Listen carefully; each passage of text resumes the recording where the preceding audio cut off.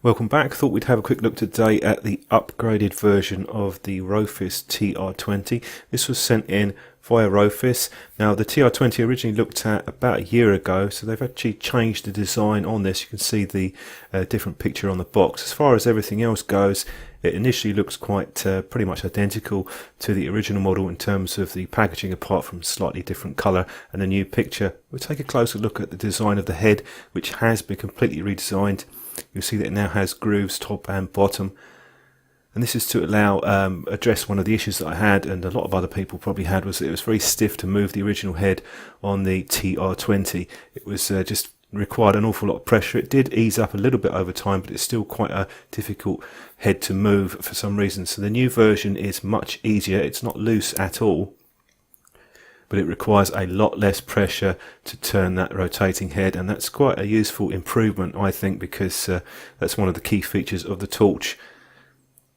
They've also changed the angle there. You can see that it doesn't have, it was never sharp on the original TR20, but they've given that an angle as well. Another difference is on the side casing. They had flat sections with the maker's name on, and now this is just all round on the body section. So what they've done is moved the name and the model number onto the barrel at the top. Very small change. As far as the reflector goes, exactly the same, and the LED, couldn't see any size difference in the diameter either. Now, one thing I did notice with the switches seemed a little bit harder to push on the new version, and that's probably a good thing. I never had issues with accidental activation, but they require a little bit more pressure than the original torch. This is another change as well. On the original one, which we have here, you'll see that the threads are not anodized at all. It's just so that will allow the power to go straight through to the torch, but on the new one they are, so you can actually manually break the contact, and that gives you a full mechanical lockout, so there won't be any drain at all on the torch. You still have the other features such as the magnetic base, which can be removed. That's quite a neat feature. If you don't want that, if you've got it in your pocket with other items that could be magnetic, then you can just unscrew it. Rest of it, like the clip and the base cap, looks the same. You still get the included O-rings and the spare flap cover for the micro USB port. Design on the case is the same. You've still got exactly the same cutout shape with the elastic sides. Perhaps would have gone for a slightly different design on that, but it's okay. The wrist strap, I noticed this on the R1. They've got a newer, thicker material, just a bit more padding. Still has the adjuster, and I'll just quickly skim through the user manual, which hasn't changed since the first one, apart from some updated diagrams. Micro USB port, exactly the same. Still have the flap cover. Never had problems with that. Just a quick side shot showing you the torches, the difference there. So the differences aren't obvious apart from the head, but there are a couple of other ones to look out for as well, or at least one major one which I noticed when I was testing it later on. I quite like the dual switch design myself. You still have access, instant access to turbo and the moon mode. And you also have the 3 strobe modes, which are included: normal strobe, and the beacon, which I'm showing here, and then an SOS. So if you like your strobe modes, the TR20 is quite a nice option. They're fairly flush with the body design, with a little ridge there so you can separate the two. I like the dual switch concept on this. I think it works pretty well. You still have the electronic lockout. The red light comes on if you press both buttons. I perhaps would have changed that to a flash so it'd be a bit easier. You've still got the battery indicator as well. Again, that's quite useful, but I would change the positioning of the red battery indicator. You have the anti-lost feature, which I'm just showing you there. The low power is about 50%. It shows up red. I probably would have dropped that to about 30. One thing I do like is you can actually leave it in the holster with the head rotated as well, and that's quite handy. Plus you can actually just operate it and charge it without even taking it out the holster due to the location of the buttons and the micro USB port. Just going to do some beam shots now. I'm starting off with the newer version of the TR20 at the highest power level. Didn't notice any difference in the output, as you'd expect. There can be some very minor differences in terms of the tint. Now this does have quite a few power levels on it. When you get up to the top power level, you'll see here it does have a more concentrated beam. There's a decent bit of spread, but it's certainly not a floody light at all.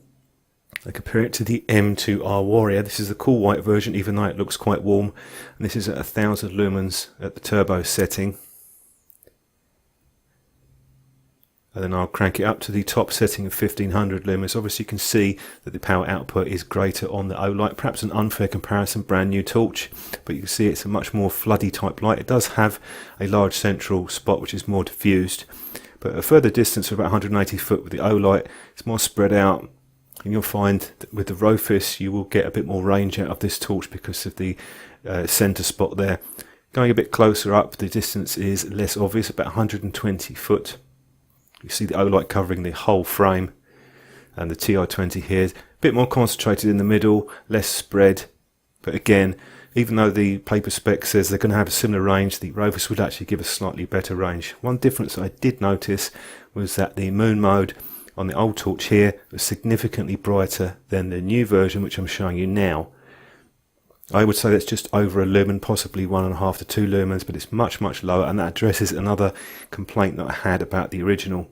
Just a quick beam shot showing you the pattern. You can see the center hotspot. It's a bit more diffused in person. Camera tends to overexpose a little bit in these situations. And at the top setting, turbo, again you get a ramp down after a few minutes. You see the Warrior covers a larger area of the frame.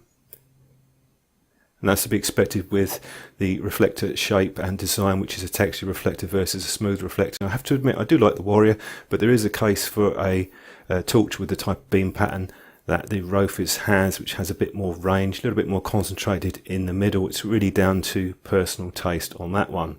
Quick size comparison with the Warrior. You see that the swivel head Rofis is a bit longer, but they both have the magnetic base. It's a bit stronger actually on the Rofis. That was one weak point I noted on the Warrior. Would have liked a bit more power on the magnet with that. So overall, yeah, they've done quite a nice job. It's not enough here to rush out and buy one if you've already picked up a TR20, but the improvements that they've made have been worthwhile, particularly with the head design, the threads that are now anodized so you can manually lock it out mechanically, so you won't get any parasitic drain at all.